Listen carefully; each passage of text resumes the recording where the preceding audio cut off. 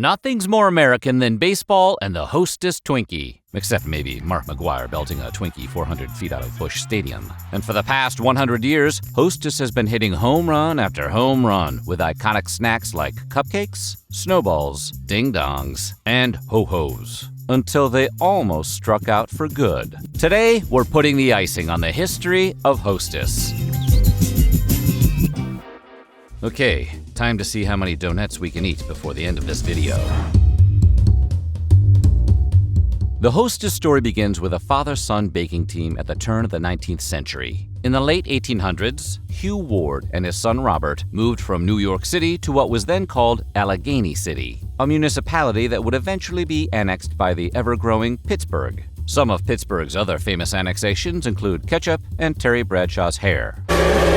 Back in New York, Hugh and his own father had run a small bakery on Broome Street. Eager to keep the family trade alive, Hugh and Robert opened up an all-new operation in Pennsylvania. Robert grew up immersed in baking, and once he got a little bit older, he started yet another bakery just across the Allegheny River. This third business, the Ward Bread Company, would slowly grow into the largest single bakery in America by the 1900s. Turns out getting in on the ground floor of bread was a good move for the Wards. With loads of cash in hand, Robert decided to turn the whole ship around and head back to New York, the Bacon State. But this time, he was able to build two huge factories right from the jump, one in the Bronx, the other in Brooklyn, for a cool $2 million in construction costs. That's over $60 million in today's money. In other words, Robert Ward was planning to do a shitload of baking. Yeah, boy. These two state-of-the-art facilities opened up in 1911 and were capable of turning out more than 800,000 loaves of bread each and every day. Their most famous product soon became Ward's Tip Top Bread, which is a less thrilling lunchbox treat than a Twinkie. But you gotta start somewhere. The company trucked along over the following decade, with Robert's son William taking over operations in 1921. By 1925, William had changed the company's name to Continental Baking Company and had bought up 3 other bread-making competitors, including Wonder Bread. But like many short-sighted sandwich artists, they were still stuck on bread when the world of sugary cakes was right in front of their eyes. Luckily, around this time, the company began producing its first ever cupcakes. Though this early version of the snack lacked both the creamy center and the signature white squiggle of frosting on today's cupcake, it helped to launch an all-new brand of pre-packaged desserts for continental baking. They called the brand Hostess, and the world would never be the same. In 1920, James A. Dewar began his career with Continental Baking Company, selling pound cakes out of a horse-drawn carriage, which is one of the most 1920 professions you could possibly have. By 1930, he'd climbed the corporate ladder into a plant manager position at Continental's Chicago-based Hostess Bakery. Among the bakery's best-selling products were their strawberry shortcakes. But back then, fruits and vegetables were only available during certain times of the year, because there really wasn't a way to transport fresh produce across long distances and have it still be, well, fresh. Consequently, Hostess was only able to produce strawberry shortcakes for a few months each year. This should have been enough to inspire any human to invent interstates and refrigerated trucks, but Dewar had a different and much more practical idea. What if, during the off-season, they filled their strawberry shortcakes with a simple sugar cream? Creamy! After seeing a visually striking advertisement for Twinkle Toe shoes, he decided to adapt that branding for his new desserts, and dubbed the Frankensteined new treats Twinkies. At the low cost of 2 for 5 cents, they were an instant success with Depression-era families. If only everyone had been able to invest in Twinkies, Black Tuesday may have been avoided. Over the next half-century, Dewar's product would grow into a cultural phenomenon. For instance, the 1974 song The Ballad of the Junk Food Junkie, which features a man who secretly eats Twinkies in the dark of night, like every single one of us has done at one point in our lives, spent 15 weeks on the Billboard Hot 100. Likewise, Archie Bunker of the 1970s sitcom All in the Family loved Twinkies. And I was just about to open up my lunchbox. By the way, there wasn't no Twinkie in with the sandwiches today. Maybe not the most ringing endorsement, but it was a popular show. However, the runaway success of the Twinkie almost backfired on Hostess in 1978, after disgruntled former San Francisco City Supervisor Dan White assassinated Mayor George Moscone and City Supervisor Harvey Milk. When White stood trial the following year, he claimed he wasn't in his right mind at the time of the crime because he was in the midst of a sugar-fueled mania, brought on by binge-eating Twinkies and Coke. The media dubbed it the Twinkie defense, and despite sounding like an excuse you would have concocted at age 5 to explain why you bit Jimmy Donaldson, the jury miraculously bought it. White's so-called Twinkie defense saved him from first-degree murder charges and landed him only 7 years in prison for manslaughter. But, like most things we love that aren't good for us, Twinkies carried on. In 1984, the Twinkie was featured prominently in Ghostbusters, in a memorable scene comparing the spongy yellow snack cake to an impending paranormal cataclysm. That's a big Twinkie. When Dewar passed away the following year at age 84, he'd allegedly consumed 2 whole packs of Twinkies each week throughout his life. Assuming we're talking twin packs, that's well over 10,000 Twinkies between their invention in 1930 and Dewar's final ride on the Twinkie train in 1985. That's enough cream filling to fill several wading pools and convince everyone to leave your 4th of July barbecue early. As the post-Twinkie years wore on, Hostess was on the lookout for their next home run. And in 1940, they found just the thing, the donut, a tiny donut that could be shipped to stores across America and that were, due to their tiny size, a bit more affordable for cash-strapped Americans. They also have the notable advantage of being smaller than a standard donut, which means you can eat more of them faster. 7 years later, after World War II's sugar rationing came to an end, Hostess came out with a product that made full use of the lifted sugar restrictions, the ever-luxurious Snowball. Snowballs are marshmallow-covered cupcakes coated in coconut flakes, making them the perfect treat for sugar-starved post-war Americans, and anyone who really likes coconut. A year later, in 1948, a man by the name of Dr. Doc Rice was put in charge of revamping Hostess's 30-year-old cupcakes. Once again, the company wanted to make full use of their newly unlimited sugar supply, and so Doc sweetened up the cake mix and the chocolate icing,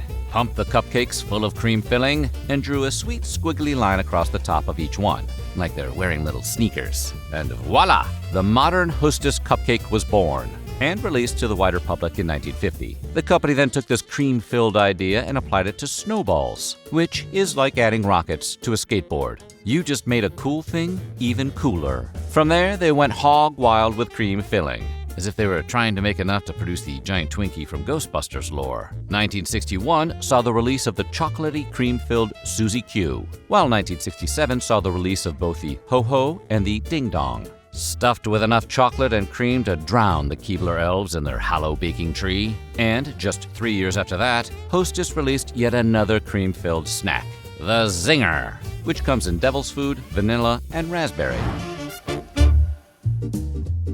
As Hostess's product line grew even larger, so too did the reliance on mascots and media tie-ins. You can't sell food to kids without putting eyes on it and giving it a name. It's the law. Of their original characters, arguably the most famous is Twinkie the Kid, the little cowboy-looking sponge cake who may have grown up to become a doctor someday if we could have just stopped eating him. Then there's Captain Cupcake, who looks like a snack Ringo hallucinated on the Yellow Submarine. Happy Ho-Ho, who is, Robin Hood, maybe? Peter Pan? Whatever he is, they did a good job of making us want to bite his head off immediately. Chief Big Wheels, who, yeah, we can just leave that one in the past. They also had King Ding Dong, a genial monarch loved by his people until he was slain in a war for succession in 1457. Chauncey Chocodile, who looks like he gives free airboat rides to anyone who can answer how many #1 singles Willie Nelson has. And Fruit Pie the Magician, who actually kind of looks more like a taco. Maybe that's the magic trick. All of these lovable characters were used on packaging and in television commercials to hook the children of the 1960s, 70s, and 80s. Each snack these mascots represented has likewise had many variations over the years. The cupcake alone can today be found in orange, red velvet, and iced lemon, but has seen an additional 20 or so flavors come and go with the passing seasons, including candy corn, pumpkin spice, and shamrock. What flavor is shamrock? All the while, Twinkies have seen more remixes than Daft Punk. They've had peppermint, chocolate peanut butter, deep-fried banana, cotton candy, and orange creme pop, among dozens of other flavors. In 1984, Ralston Purina, the creators of both cereals and pet foods, bought Continental Baking Company for about $500 million, only to sell it to Interstate Bakeries Corporation 11 years later. Oh, hot potato. Or would that be hot Twinkie? It would indeed be hot Twinkie, as Twinkies were involved in yet another legal scandal in 1986. 71-year-old Minneapolis City Council candidate George L. Belair was accused of using Twinkies and Ho-Hos to bribe senators and election officials. Belair was indicted and arrested for the incident, but he pled not guilty, claiming that his handing out of Hostess snacks was simply a nice gesture and was in no way meant to influence the way anyone voted. Belair successfully got the charges dismissed, narrowly avoiding a potential $700 fine and 3 whole months in prison. After struggling for years, IBC filed for bankruptcy and attempted to rebrand, changing their name to Hostess Brands in 2009. But in 2012, as the world braced for a Roland Emmerich apocalypse, Hostess Brands filed for bankruptcy again. In the months that followed, Twinkies, Ho-Hos, Ding Dongs, and more vanished without a trace. Not even Emmerich could have predicted that disaster. In the aftermath of the Great Twinkie collapse, the snack cake portion of Hostess Brands was sold to Apollo Global Management and C. Dean Metropolis & Company for $410 million. And less than a year after going off the market, Hostess products slowly made their triumphant return to store shelves, like snowballs finally emerging from their hiding place in your sock drawer. Over the 3 years that followed, the brand was whipped into shape like a tub of Twinkie filling and built back to its former glory. And on September 11, 2023, Smucker's revealed it was buying Hostess for $5.6 billion. Now that is a big Twinkie. Hostess continues to sell all of their classic snacks, including honey buns, coffee cakes, fruit pies, and mini muffins. What's more, the company pumps out over 1 million Twinkies every single day, producing about 400 million Twinkies each and every year. That's more than the total population of the U.S. But despite the urban legend that all of us have heard, Twinkies will not survive a nuclear war. They can't even survive all that long on the shelf, with an expiration date just 65 days from the point of being baked. No wonder Woody Harrelson was so desperate.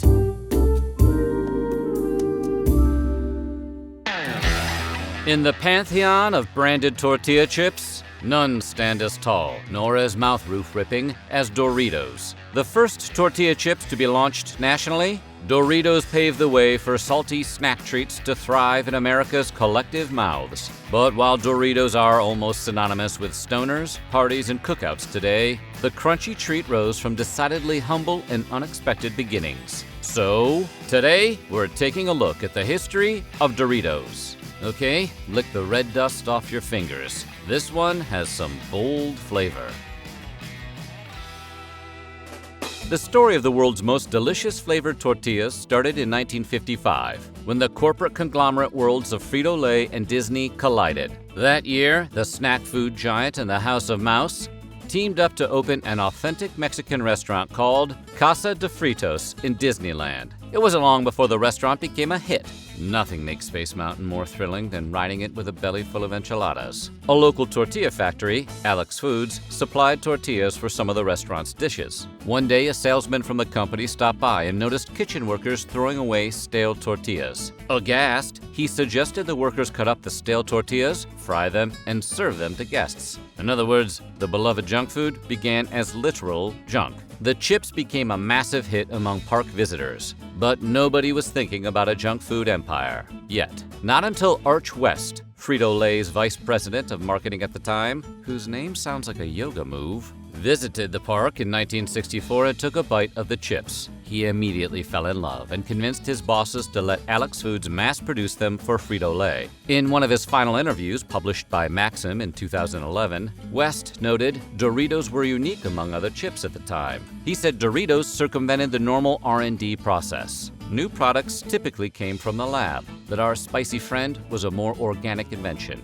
West pitched the idea of cutting the chips into triangles to reduce waste. Then it was simply a matter of coming up with a name. While some sources claim the name Doritos came from the Spanish word Doradito, meaning little golden, West wove a slightly different tale. He was inspired by the word Oro, which means golden. He then added the ito suffix to make sure customers knew it was part of the Frito brand of products. As for the D, West just decided to put the letter in front of his made-up word on a whim. The chips were such a hit that Alex Foods couldn't keep up, and production of Doritos moved to Frito-Lay's Tulsa plant shortly after. In 1966, the Frito-Lay company released Doritos to the public, and the chip became an overnight success. Since then, numerous flavors have come and gone. The chips have starred in some memorable as well as some awful ad campaigns. Nacho cheese-flavored Doritos brand tortilla chips.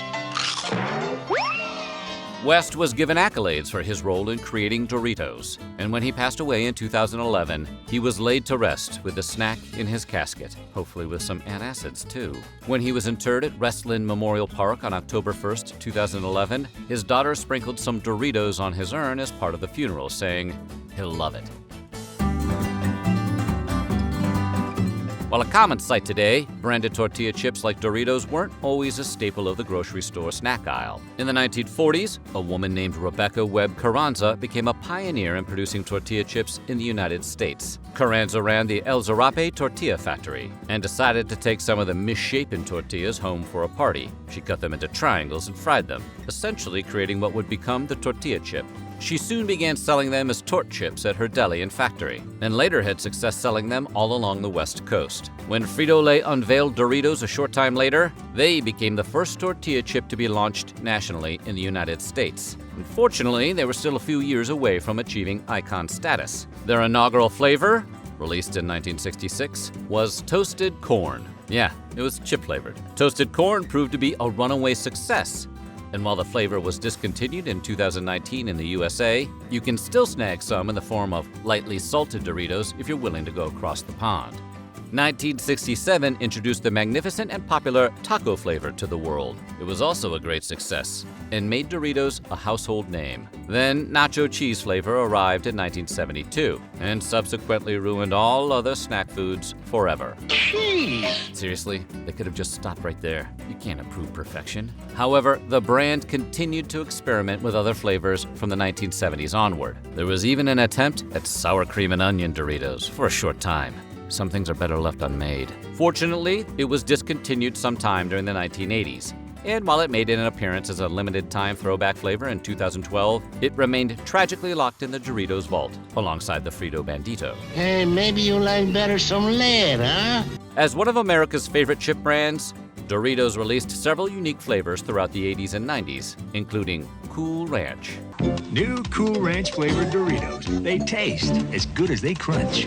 Despite being one of the prime Dorito flavors, Cool Ranch Doritos didn't enter the junk food scene until 1986, 20 years after the first Doritos hit the shelves. I know, it's weird. Feels like we've known each other forever. Eventually, Doritos experimented with other types of chips as well, including 3D Doritos, which are basically a spicier version of Bugles. Other chip ventures included small tube chips called Rolitos, dual flavored chips called Doritos Collisions, baked chips, and chips with different mystery flavors, which sounds like a fun idea until the mystery flavors turn out to be things like cheeseburger and Mountain Dew, two things that go hand in hand with Doritos, but were never meant to go on Doritos. And if you do have a favorite flavor, hopefully it's not one that's been discontinued. Just like the legendary sour cream and onion flavored Doritos, flavors of the chip get retired regularly. Sometimes it's because of a limited time promotion or an experiment. Other times, it's like Mountain Dew and cheeseburgers getting put out to pasture.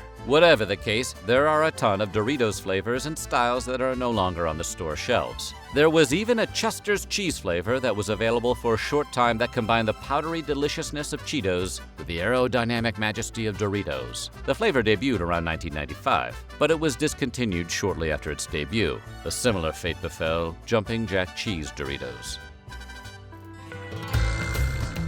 It might seem hard to believe, but today's Doritos are a little bit different from the original product. In 1994, the chip underwent a $50 million redesign to make them larger and more flavorful. What else would you expect from a brand whose one-time slogan was, "Attack the sack with a snack that fights back"? The redesign produced Doritos that were 20% larger and 15% thinner. The new and improved chips also carried more flavor seasoning and had rounded corners. Why the rounded corners? The change coincided with a 1995 lawsuit against the brand brought by a man named Charles Grady, who insisted the chips were dangerous. While demolishing a bag of America's favorite flavor-dusted snack, Grady claimed to suffer an esophageal tear at the hands of the tortilla chips. He sought to bring in expert testimony from a retired professor who performed plenty of tests on the chip, although notably none of the tests involved actually chewing a Dorito. The Pennsylvania Supreme Court eventually threw the case out because it smacked of a high school science experiment and didn't have any bearing on the consumption of foodstuffs. Sometimes a bag of chips can be a little too spicy. In 2015, one British Dorito fan got more than she bargained for when she picked up a bag of Doritos roulette chips, although in the UK they're called crisps. Have you seen my crisps? Despite the fact that this is obviously incorrect. True to their name, the roulette-branded Doritos contained a few incredibly spicy chips in each bag. There was even a prominent warning on the package stating, "Warning, some of these chips are ultra spicy." That warning is only going to make kids want them more. According to a 2015 report in The Guardian, a student at George Pindar School in Scarborough ate a packet of the chips at lunch with her one day and began to experience breathing trouble. The chip was so spicy, it nearly triggered the student's asthma, although luckily the episode passed without an attack. The incident elicited a generic response from Doritos' corporate spokesperson, stating, "We were sorry to hear about what happened. We do warn people to expect a seriously spicy experience with Doritos Roulette, and we make this clear on the pack and in adverts." In other words, when you decide to party with Doritos Roulette, you're accepting a small amount of risk. Yo, the game is the game. In 2021, the food blog Delish announced the brand would make a comeback soon. Today, they found a new popularity on TikTok under #Doritos Dare to be Burned. Speaking of Doritos on TikTok, the craziest development in the snack food's history is arguably the time a teenage girl sold a jacked-up Dorito for the price of a new car. According to a 2021 Business Insider report, 13-year-old Queensland native Riley Stewart found a strangely puffy chip in her bag of Doritos. Stewart asked her followers what to do. After receiving irresponsible but boring advice like put it in a museum, she did what most of us would do in her situation. She put it on eBay for an opening bid of 99 cents. After her TikTok video attracted over 4 million views, her eBay listing caught the attention of Doritos officials, who bought the puffed-up chip for $20,000, praising Stewart's entrepreneurial spirit. Well, the saying goes, the only two things certain in life are death and taxes. There's actually a third certainty: inflation. And not even the mighty Dorito is immune. Recently, inflation has caused one of the most beloved tortilla chips of all time to reduce the volume of its bags. Frito-Lay told Newsweek earlier this year that each bag of Doritos would now contain 5 fewer chips. That effectively reduced the size of Doritos currently on the shelves from 9.75 ounces to 9.25 ounces. While that may not sound like much, nothing riles up people more than smaller portions. Despite this injury, the brand is still going strong and retains its popularity today. You just have to buy an extra bag if you want the same number of chips. And more Doritos usually never hurt anybody.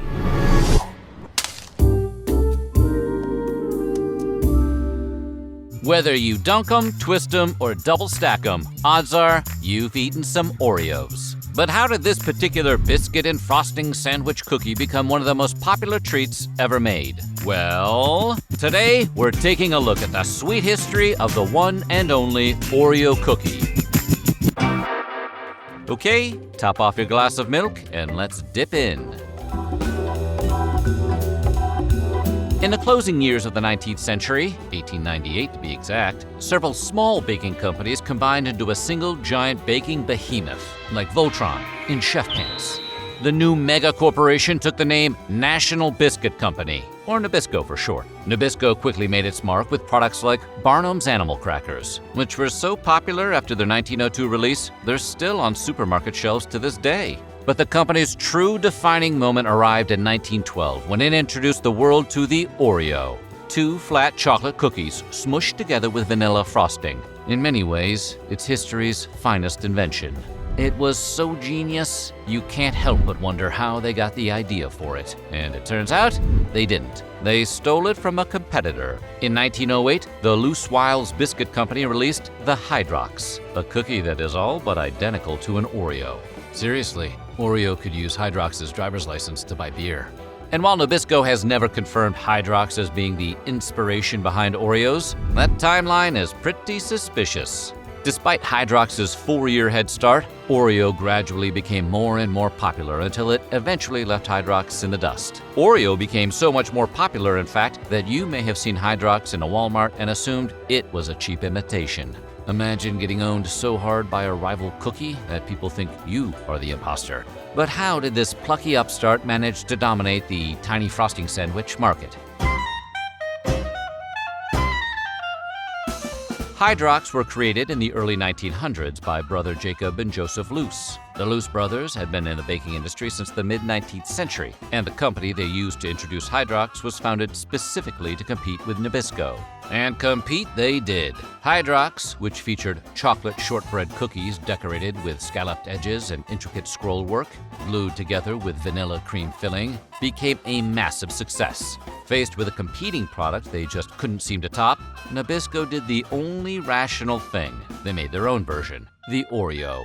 Hey, if you can't beat them, do the same thing they do, but better. But despite their similarity to the already popular Hydrox, Americans just weren't buying it. Literally, Oreos weren't a big success at first. Supermarkets had a hard time convincing customers to try them instead of Hydrox. In fact, 20 full years after their introduction, Oreos still didn't rank in Nabisco's top-selling products. So, what changed? Well, turns out that Hydrox had a pretty major Achilles heel. In addition to being terrible, the name Hydrox, a combination of hydrogen and oxygen, couldn't be trademarked. Over time, Hydrox became attached to all sorts of products, which made the name sound generic to the public.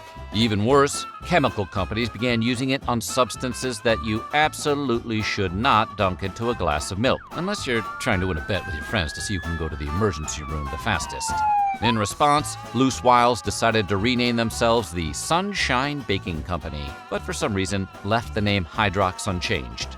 To make matters worse, Sunshine decided to attack Oreos in its advertising, giving its marketing an angry tone. Meanwhile, Nabisco was busy bragging about how much cream filling was in every Oreo, which is honestly putting her best foot forward. They also started selling Oreos at a loss, helping to undercut the competition. Oreo would jack up the prices later, which you'd think would send all of their customers running back to Hydrox, but amazingly, the reverse happened. Everyone decided Hydrox were just budget knockoffs, while Oreo was the real deal.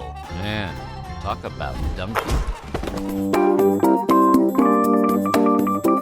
If you've ever wondered what the name Oreo means, well, congratulations, you're in good company. Nabisco isn't even sure how their flagship cookie got its name. There are plenty of theories, though. For example, some people have noticed that the word Oreo is Greek for mountain. This has led to the speculation that the name came from a prototype cookie that was shaped like a hill, but no one can prove the prototype ever existed. Another theory is that the name is derived from or, which is the French word for gold. What do Oreos have to do with gold? Have you eaten one? Also, the original packaging is believed to have been mostly gold, so, there's that. Yet another theory proposes that Oreo is derived from the words chocolate and cream. The R-E in the middle of Oreo comes from the cream, and the two O's are the two O's in the middle of the word chocolate. So basically, the cream is sandwiched by the chocolate, like an Oreo.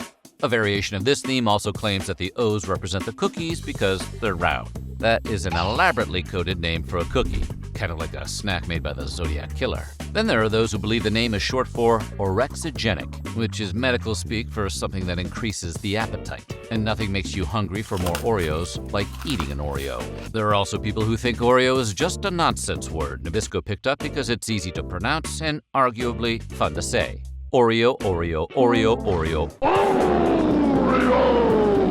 Yeah, it is kind of fun to say. But the most persuasive theory might be writer Stella Park's notion that Oreo is a reference to the Oreodaphne, a laurel that's featured in the scroll work of every Hydrox cookie, and was later shamelessly ripped off in the scroll work of Oreos.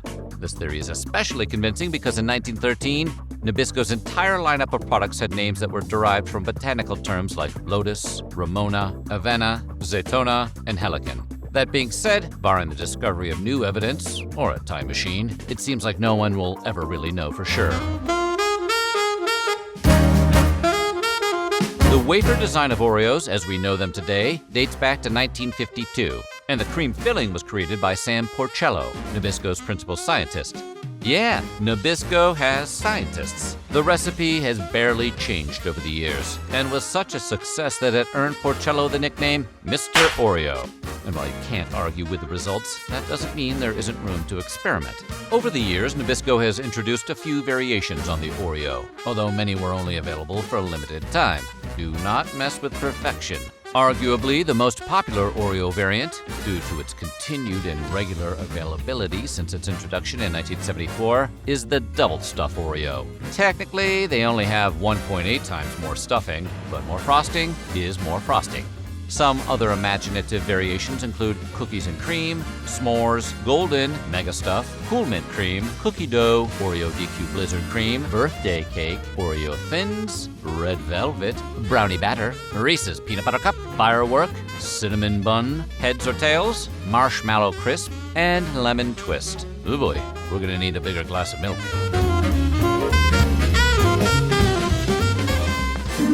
Exactly how to eat an Oreo. When it comes to Oreos, everyone has an opinion about the best way to eat them.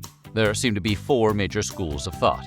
First off, some people just bite right in. Bold, direct, and efficient. Then there are those who twist the Oreo in half and then eat the separate halves. Or eat the cream filling first, which is a strong opening move. And finally, there are the people who prefer to dunk them into milk before downing them, otherwise known as the correct or real method. According to Nabisco, half of all consumers pull the cookie apart before eating it, and women are more likely to be twisters than men.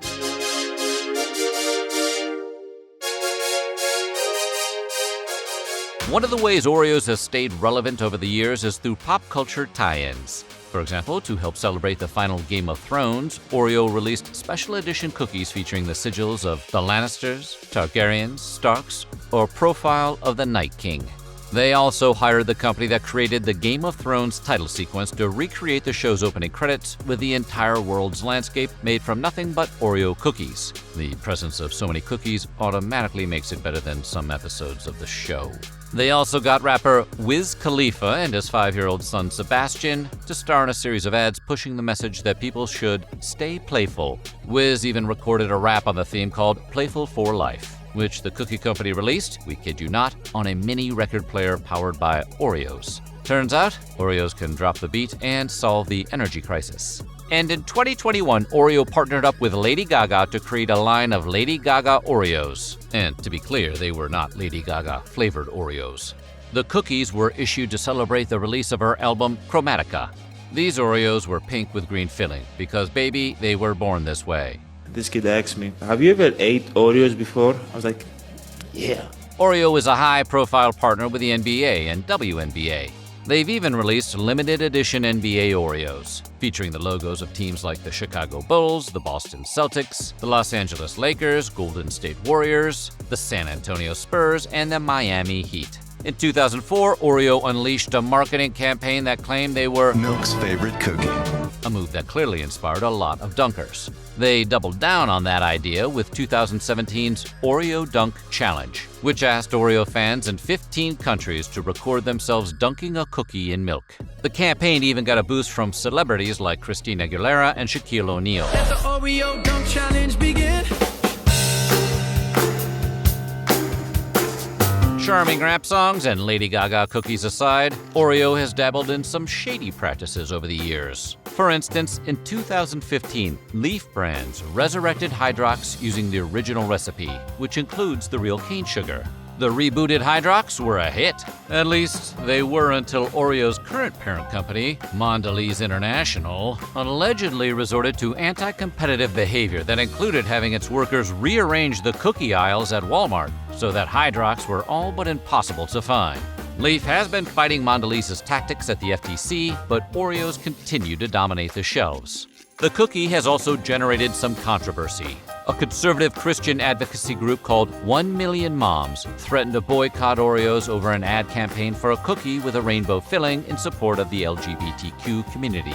The ad featured a mother who approved the idea of her daughter dating another girl. Despite the boycott, Oreo has continued its support. In 2022, the brand commissioned award-winning filmmaker Alice Wu to make a short film about coming out.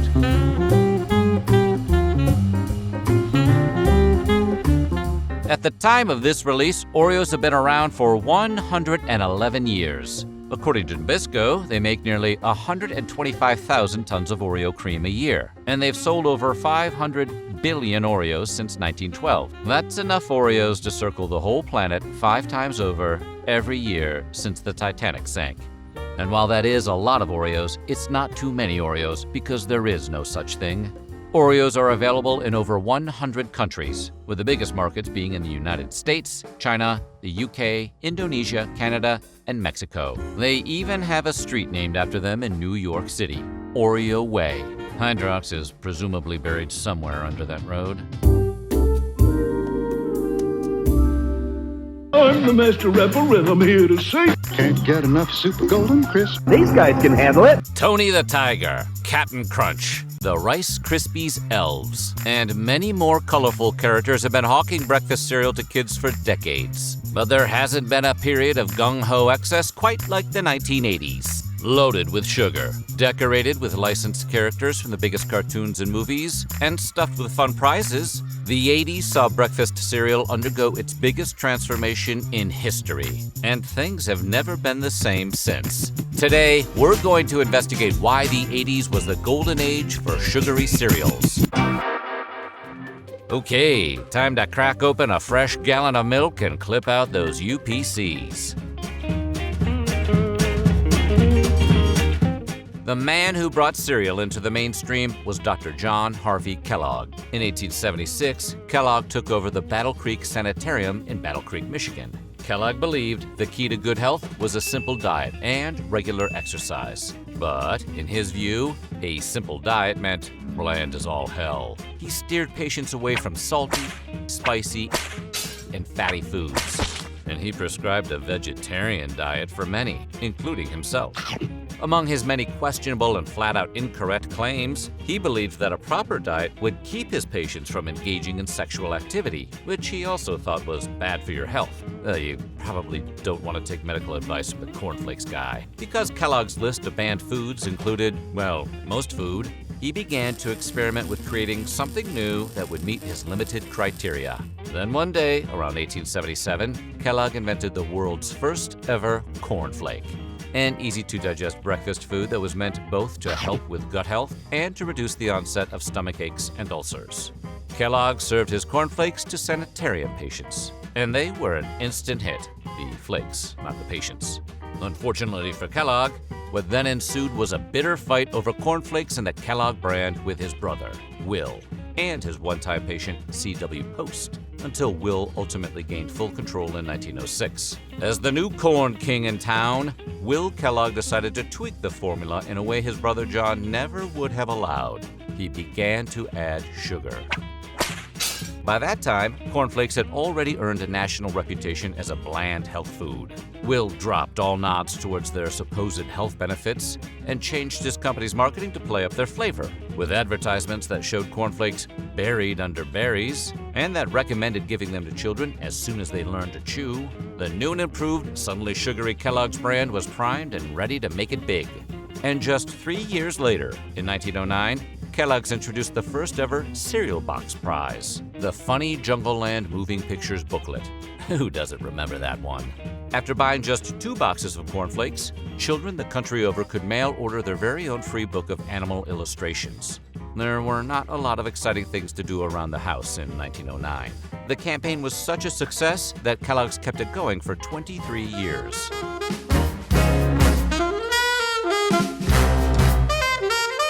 After the end of World War II, many advertisers changed their marketing strategies to target teenagers and children. While the pre-war years brought with them the likes of Sonny Jim and Snap, Crackle, and Pop, it wasn't until 1949 that the cereal mascot arms race truly began. That year, Post's Sugar Crisp, later renamed Golden Crisp, became the first ever cereal brand to use animated cartoon characters in its television commercials, a move cigarette brands would soon emulate. It was a hit with kids everywhere. And soon every cereal brand from Cheerios to Frosted Flakes was slapping cartoons in its commercials in an effort to appeal to kids. And as animation became a primary marketing tool for Post, Kellogg's, and General Mills alike, the big brands were going to need to start churning out some non-threatening mascots to appeal to their young consumer base. Tony the Tiger and Trix the Rabbit were grandfathered in from the 1950s. But between 1961 and 1965 alone, Sonny the Cuckoo, Toucan Sam, Captain Crunch, Lucky the Leprechaun, and Sugar Bear all debuted to advertise their new, more sugary-than-ever cereals. I can't get enough of that sugar crisp, sugar crisp. It's a honey of a snack, you know. With this new onslaught of TV cereal mascots, along with television programming that targeted kids in all sorts of other ways, parent groups and corporate watchdogs took notice. And in 1968, a grassroots foundation called Action for Children's Television was formed. Their primary objective? To replace violent children's cartoons and shows with more educational programming, aka to suck all the fun out of everything. They also went after the ways shows sold products to children. They specifically targeted a little show called Romper Room, which had its own lineup of toys that were subtly advertised during its episodes. With parents more worried than ever before about the ways in which marketers were reaching their children, the Federal Communications Commission considered an outright ban on advertisements that targeted kids. Still, they were too slow-moving to stop the Flintstones from getting their own cereal brand. Looks like a rock, acts like a ball, Flintstone cereal, 3 rock ball. Nothing like being slower to evolve than literal cavemen. But shortly thereafter, the FCC reached a compromise with advertisers that would limit the amount of commercial time allowed during young children's programming and cut practices that exploited children's suggestibility to sell products. These restrictions gave rise to shorter interstitial programming, like Schoolhouse Rock, as networks tried to find ways to fill up the commercial blocks that were previously reserved for advertisements. This brief renaissance of short educational programming came crashing down in 1981, when an actor moved into the White House.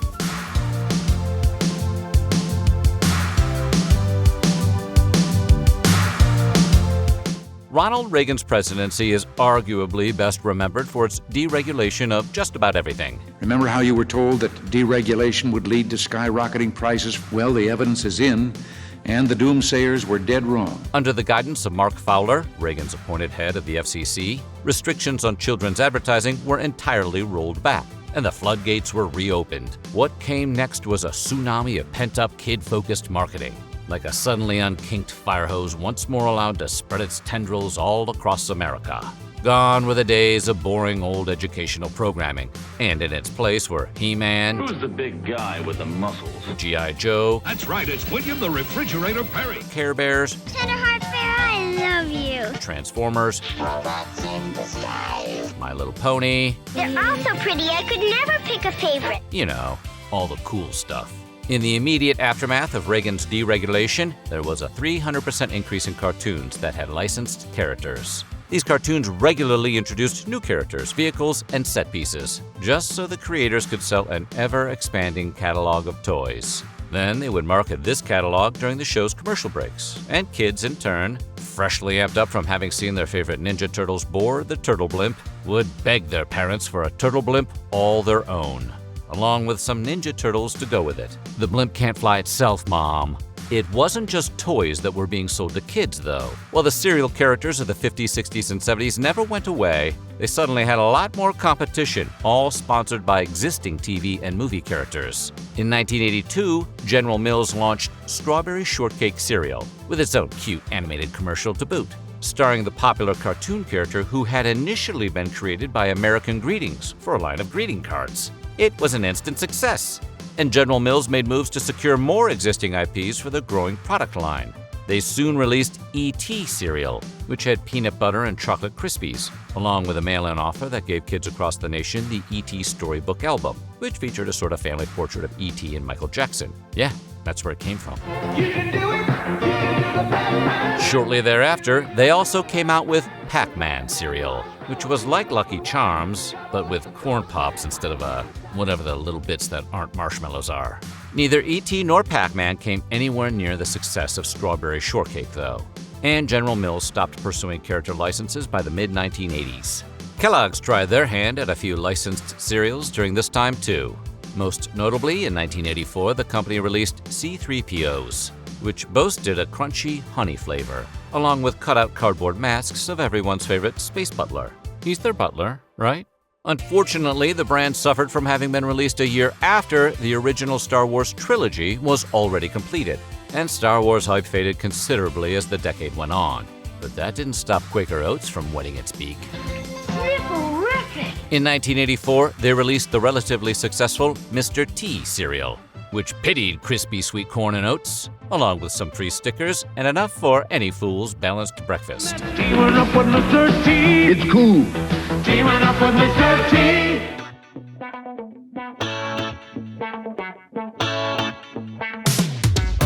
For almost 60 years, Ralston Purina has been researching nutrition for ways to help dogs live longer lives. With this new strategy of licensing existing characters in place, it was only a matter of time before someone else stepped up and made it their entire business model. Time to make the donuts. Enter Ralston Purina, a pet and breakfast food conglomerate based out of St. Louis.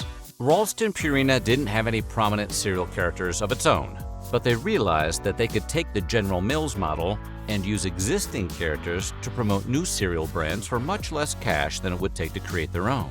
So they stepped right in where the other cereal companies left off and started their own never-ending lineup of cereals in 1985. Their first licensed property was Cabbage Patch Kids, which were at the time in the middle of a Beanie Baby-sized consumer frenzy that saw parents fighting other parents in toy stores everywhere.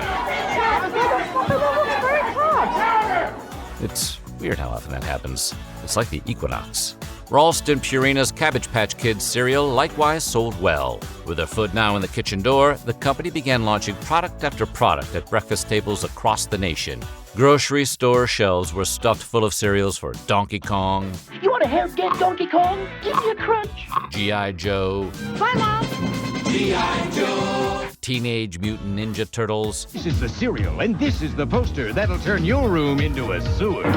Barbie. It's the beautiful part of this nutritious breakfast. Batman. A smashing taste. Ghostbusters. First cereal box that glows in the dark with 4 glow-in-the-dark Ghostbuster trading cards. And Gremlins. Wait a minute, how do you pour milk on your Gremlins cereal if you're not supposed to get them wet? Each of these already enticing crossovers usually came with some sort of prize. By buying G.I. Joe cereal, kids could mail in to get a free camo shirt. And Breakfast with Barbie had its very own cutout vanity tables. The Turtles cereal even had a board game on the back of the box. Meanwhile, Ghostbusters simply gave out free Bazooka bubblegum in its boxes. They could have at least called it Ooh Bubblegum.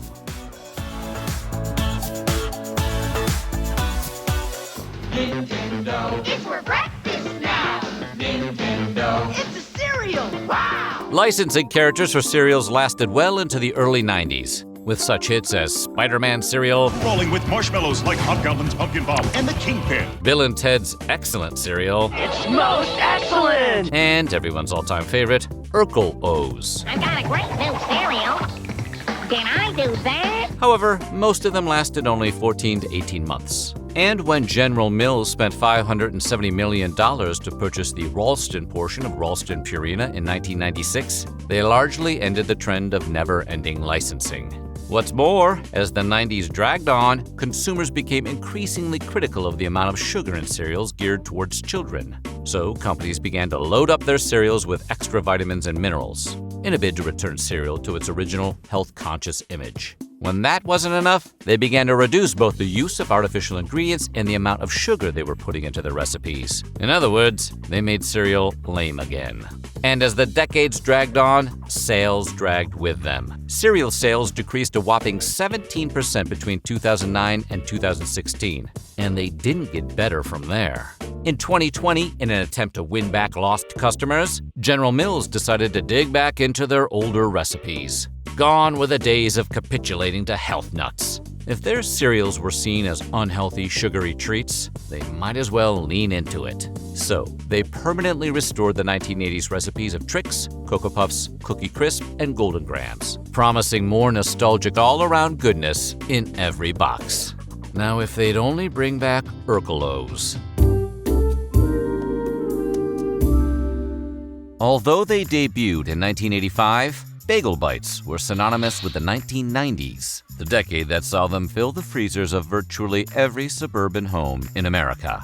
But other than the fact that you can eat them in the morning, eat them in the evening, or eat them at supper time, what do you really know about them? The world's most famous brand of tiny frozen pizzas seem to have appeared out of nowhere. So, today we're heating up the delicious history of bagel bites.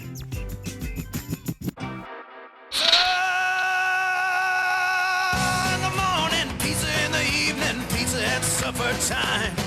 When pizza's on a bagel, you can eat pizza anytime.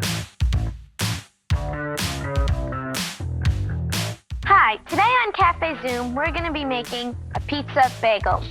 The East and West coasts of the United States have been embroiled in some historic feuds. But the most controversial coast-to-coast battle of them all has to be the dispute over who invented the pizza bagel. The West Coast contingent credits Bruce Treitman, a Los Angeles-based financial advisor, who claims that he invented the pizza bagel while experimenting with new recipes in the kitchen of a Western bagel in Woodland Hills, California, way back when he was in high school. But East Coasters backed Richard Katz of the Chelsea, Massachusetts-based Katz Bagel Bakery. A third-generation bagel baker, Katz insists his father, Harry Katz, invented pizza bagels sometime in the early 1970s.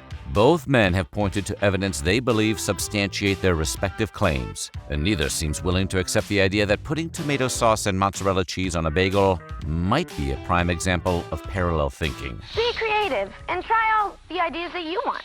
Bon appetit. Regardless of who came up with the idea, neither of those guys thought of turning the idea into a frozen food, which is to say, neither invented bagel bites. And for that, they have no one to blame but themselves. No, I was here before you were even born. Bagel bites were officially invented in 1985 by tennis partners Bob Mosier and Stanley Garzinski of Fort Myers, Florida.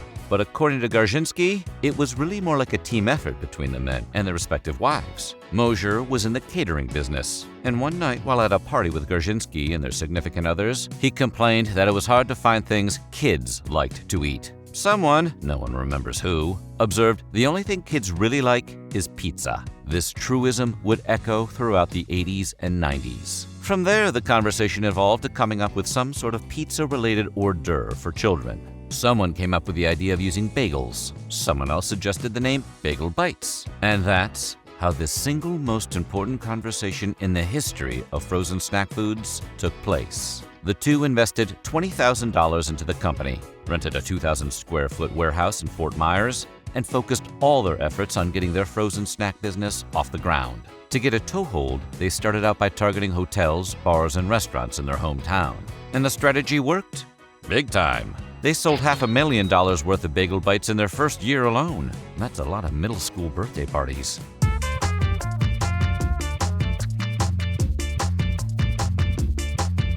According to Garzinski, he and Mosier made all the original Bagel Bites by hand on an assembly line. The bagels would be dumped out, and a little cylinder would then pump some sauce onto them. Cheese would be sprinkled on top, and then it would go into the freezer until it was time to be shipped. The two would travel to big national food shows in places like Chicago, Boston, Atlanta, Dallas, and, for obvious reasons, would always try to get a booth near the beer vendors. Because the only people who like frozen pizza more than children are drunk adults. The strategy paid off, and they sold Bagel Bites by the bagful, making their first big sales to price clubs like Sam's Club, BJ's, Macro, and Costco. Garzinski would later recall that they made $500,000 in their first year, and just a few years later, they were raking in $10 million. After that, big brands started hounding them to sell. They held out until 1987, when they sold the company to John Labatt Company, a major Canadian food manufacturer. Some days you buy company, some days a company buys you. And in 1991, Heinz bought a large portion of John Labatt Company. Heinz began selling Bagel Bites under their Ore-Ida brand, which also produces other frozen foods like French fries and tater tots. To sum it all up, I'd say they really taste, good. Ore-Ida, America's favorite brand of frozen potatoes, because they really taste good. As for Mosher and Garshinsky, they decided to stick around a while. Mosher was put in charge of managing the factory that made Bagel Bites, which by that point had swelled to 350 employees. Garshinsky was put in charge of North America club sales for Bagel Bites and all kinds of other products. After their 5-year contracts expired, the two decided they were ready for a new challenge. That challenge turned out to be building commercial and retail properties at their new companies, Sox Development Incorporated and Sox Investments. Their first project? Building a new Bagel Bites factory for Heinz. Bagel Bites are like the Corleone family. Just when you think you're out, they pull you back in. If there's one thing American culture teaches us, it's that you should never underestimate the power of a good advertising jingle. Jingles taught generations of kids to be all we can be, and that our bologna has a first name.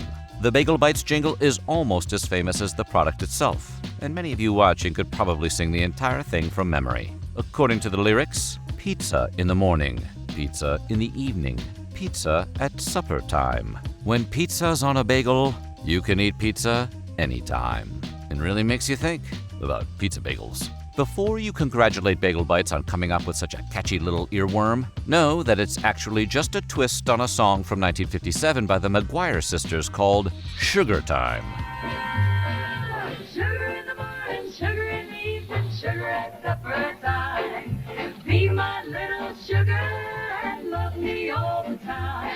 It's not bad, but it definitely doesn't make us want Bagel Bites as much as the other version, so you can see why they made the change. Rock singer Meat Loaf has always been very open about the fact that he would do anything for love. But based on an appearance he made on The Tonight Show with Jimmy Fallon, it seems that when he's not searching for paradise by the dashboard light, Meat would also do anything for Bagel Bites. On April 26, 2011, the crooner took the stage as Fallon's musical guest, duetting with the host himself on a parody of the famous Bagel Bites jingle. The title of the operatic parody was Ode to Bagel Bites, and it featured the duo emotionally explaining that Bagel Bites could, exactly as the jingle claims, be eaten anytime. Not every jingle gets belted out by a Grammy winner. In 2000, Bagel Bites joined AT&T, Nike, Mountain Dew, Taco Bell, and Volkswagen to sponsor ESPN's 2000 Winter X Games, touted as the Winter Olympics of extreme sports. Despite all those heavy hitters, according to ESPN, one company that didn't need any help attracting crowds to its tents was Ore-Ida Bagel Bites. Crowds were standing 4 and 5 deep to get a free sample of the bite-sized pizza bagels. One of the bagel slingers who worked the event told the network, "We've served around 7,000 Bagel Bites in the last 2 days. It's been a great experience. We can't seem to make them fast enough, and we're expecting people tomorrow." But the non-stop foot traffic wouldn't be the only win Bagel Bites scored at the Winter X Games. They recruited a special spokesman for the occasion, Tony Hawk. Often referred to as the Michael Jordan of skateboarding, Tony Hawk is a professional skateboarder, entrepreneur, and eternal teenager who gifted us all the Tony Hawk's Pro Skater series of video games. So when Bagel Bites snagged his endorsement for the Winter X Games, they decided to send the legendary extreme athlete on a national radio tour promoting their sponsorship. As prolific a pitchman as he is a skateboarder, Hawk's tour reached 7 million tweens in nearly 70 markets.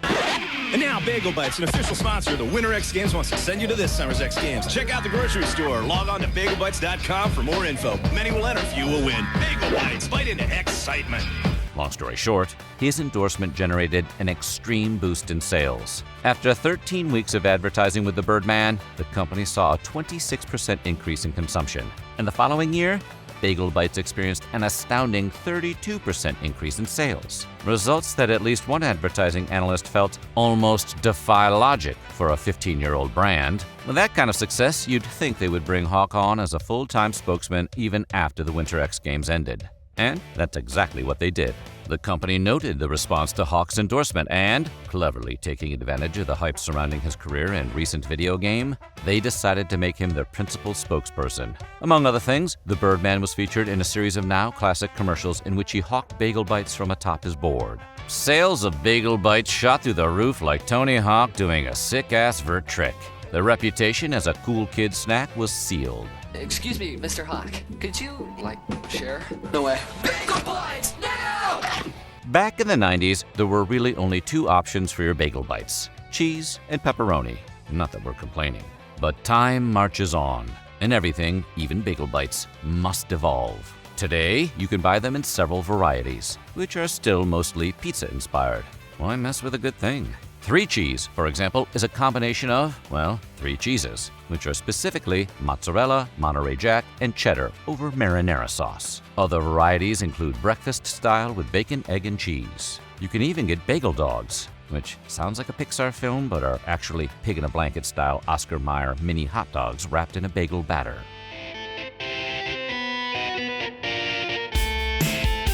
Despite all the meatloaf and Tony Hawk, bagel bites also have a dark side. In the early 2000s, Totino's pizza rolls were making a name for themselves in the frozen pizza snack business. And Bagel Bites was not having that shit.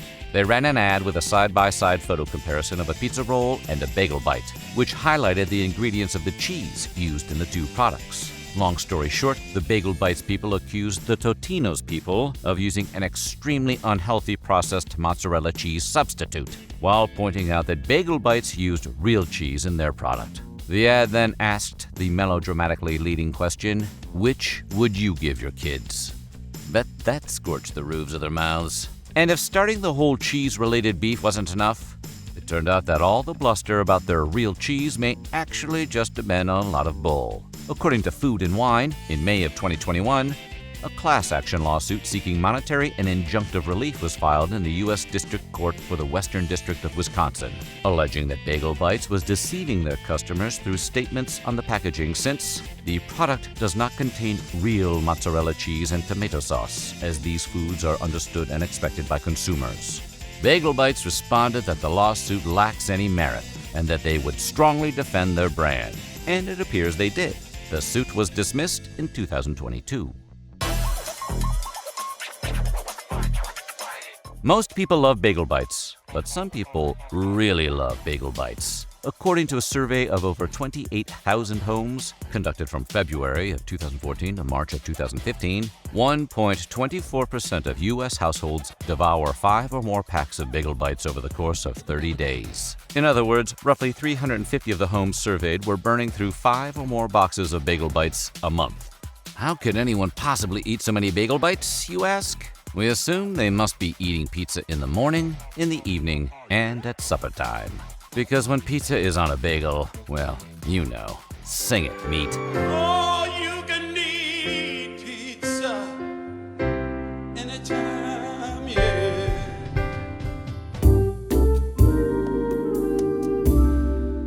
If you were a 90s kid, then odds are you've had a Lunchable or 2 in your day. The prepackaged snack food, which invites kids to assemble their own sorta meals from a variety of fun ingredients, was the lunchtime treat for a generation of kids.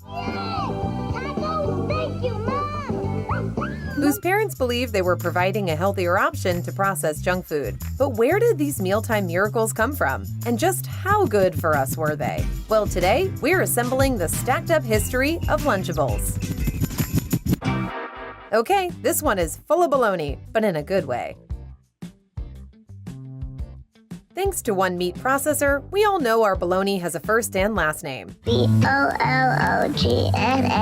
The Oscar Mayer jingle has become as much a part of American culture as the national anthem or the Pledge of Allegiance. But while people loved singing about the proper spelling of their bologna's name, by the 1980s, they weren't too high on bologna itself. Consumer habits were trending in the direction of healthier food, and bologna, as it turns out, is kind of terrible for you. Sales stagnated along with other lunch meats, and the marketing department at Oscar Mayer went to DEFCON 1. At the time, one of the company's new hires, Dr. Roddy Hawkins, was looking to make an impression. Inspired by the success of Kraft's Cheese and Crackers product, which came with a little plastic red wand that allowed consumers to spread the cheese on the crackers themselves, Hawkins proposed the concept for the product that would become Lunchables. But Hawkins was really just an idea man, so the concept was then developed by a team that included Bob Drain, Deborah Giarusso, Jeff James, and Tom Bailey. To stress that it was really a meal, the team decided to put the product in a tray that resembled a TV dinner. They kicked around quite a few names for their revolutionary new product, including mini meals, lunch kits, cracker witches, entrees, walk meals, go packs, square meals, fun meals with a Z, snackables, and, we kid you not, smoothie kebabbles. Despite the fact that smoothie kebabbles is objectively the best name, they went with Lunchables.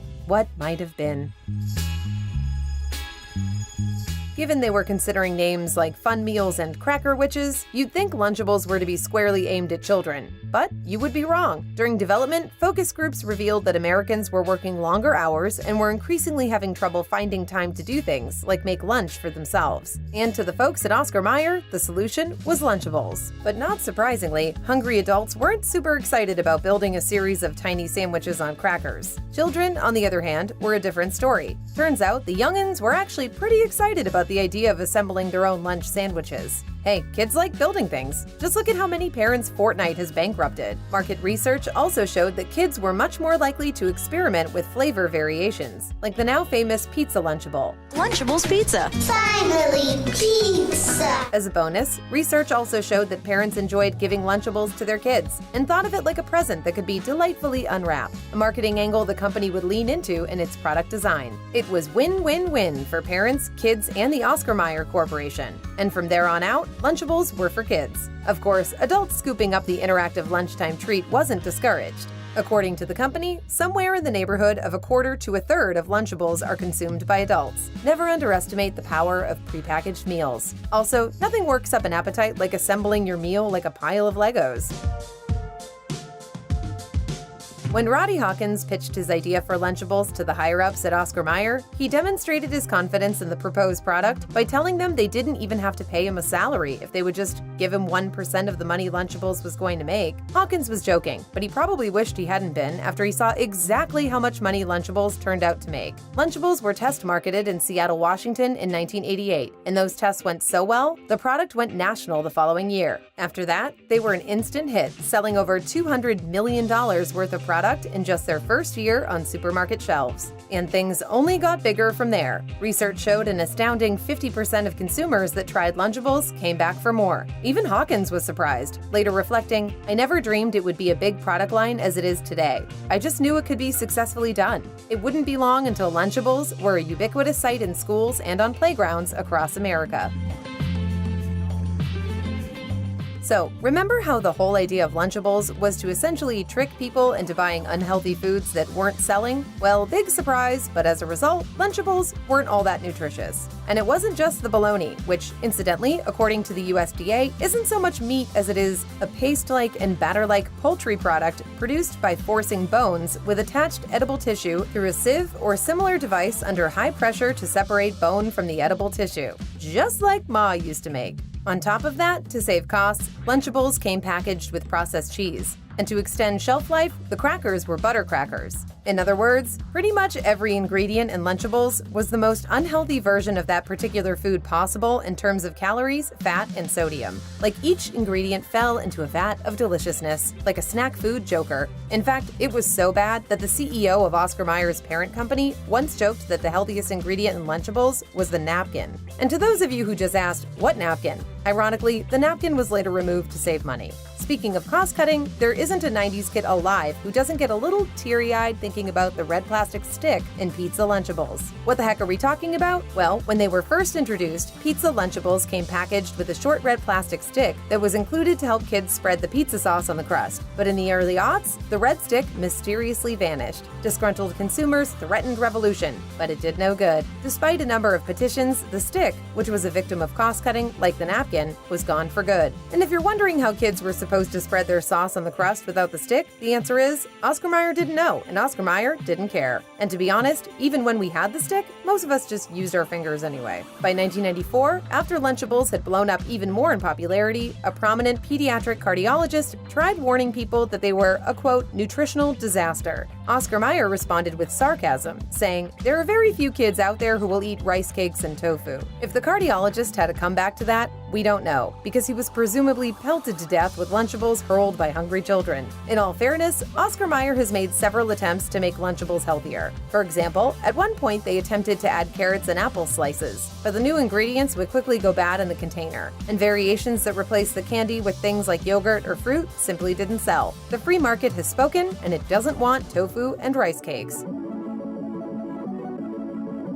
Anyone who hasn't been permanently banned from the grocery store for the past 40 years is probably familiar with the standard Lunchables and the legendary pizza Lunchables. But those two were just the tip of the iceberg. Alternate Lunchables configurations include things like extra cheesy pizza, ham and cheddar with vanilla cream cookies, turkey cheddar and crackers, and turkey and American cracker stackers with double-stuffed Oreo cookies. Noteworthy variations from Lunchables past include things like mini burgers, which included 2 small burgers, mustard, a Capri Sun, and some Reese's Pieces. You didn't have to heat up the burgers, but people didn't exactly rave about their taste. Turns out room temperature burgers are a tough sell. There were also Lunchables waffles, which included waffle sticks, syrup, icing, sausage, orange juice, and a cereal bar. It sounds like enough glorious sugar to power any kid through an entire school day, but based on reviews, it didn't quite stack up. Lunchables mini tacos came with tortillas, beef, cheese, taco sauce, a drink, and Nerds candies. And there was an Italian-style chicken variety, which was basically just cold chicken nuggets with marinara sauce and mozzarella cheese. We're veering dangerously into airplane food territory over here, Oscar Mayer. And of course, the popularity of the Lunchables name led to some experimentation with spin-off products. Can't leave money stacked up on the table like so many cracker sandwiches. For example, there were Lunchables Fun Stacks, which included things like s'mores, fudge brownie, marshmallow crispy squares, Chips Ahoy soft cookie and frosting, and Oreo cookies and frosting. We have to admit, cookies and frosting do sound fun. In 2017, the world bought nearly $1.4 billion worth of Lunchables, which is enough to make anyone consider a career in lunch meat. These days, there are about 40 different types available. Popular varieties include chicken pizza, ham and cheddar cracker stackers, pepperoni and mozzarella with crackers, pizza and treatza, mini hot dogs, and ham and American cracker stackers. And just in case there remains any doubt that Oscar Mayer has completely moved on from trying to make the brand nutritious, there are also Lunchables Dunkables. These snacks include varieties like pretzel twists with peanut butter spread and choco chips, as well as matzo sticks with marinara and breadcrumbs. If that doesn't sound bad enough for your waistline, we recommend Lunchables Grilled Cheesies, which sounds like a joke but are all too real. They also come in 2 flavors, original and pepperoni pizza sandwich. And then there's Lunchables Uploaded, which are basically the same thing as regular Lunchables, but with bigger portions, different package art, and a name that sounds like one of the Matrix sequels. In 2023, Oscar Mayer managed to get Lunchables, their fun but admittedly unhealthy line of junk food, approved as an option for school lunch menus across America. If you're wondering how they pulled that off, according to the Washington Post, the weak standards that govern federally subsidized school lunches illustrate the power of the food industry in Congress and the outsized influence of food companies. Higher ingredient costs, labor shortages, and tighter budgets have backed many schools into a corner. As a result, executives at Oscar Mayer's parent company have estimated the educational food services market to be an untapped opportunity worth $25 billion. So far, there are 2 varieties available: turkey and cheddar cracker stackers and extra cheesy pizza. And in all fairness, the Lunchables they're selling to schools aren't the same ones you get in the supermarket. They've been reformulated to meet federal guidelines about what can be served at schools, so they are technically healthier than regular Lunchables. Long story short, they have a higher protein content, but a lot more sodium. As you can probably imagine, childhood nutrition advocates and many teachers do not agree with the decision to make Lunchables available in school cafeterias. But do we really need to bring up the rice and tofu example again? Until health food starts coming in fun packaging, featuring a mascot riding a skateboard, kids are gonna go with Lunchables every time. And that's the way the Oreo cookies and frosting crumble.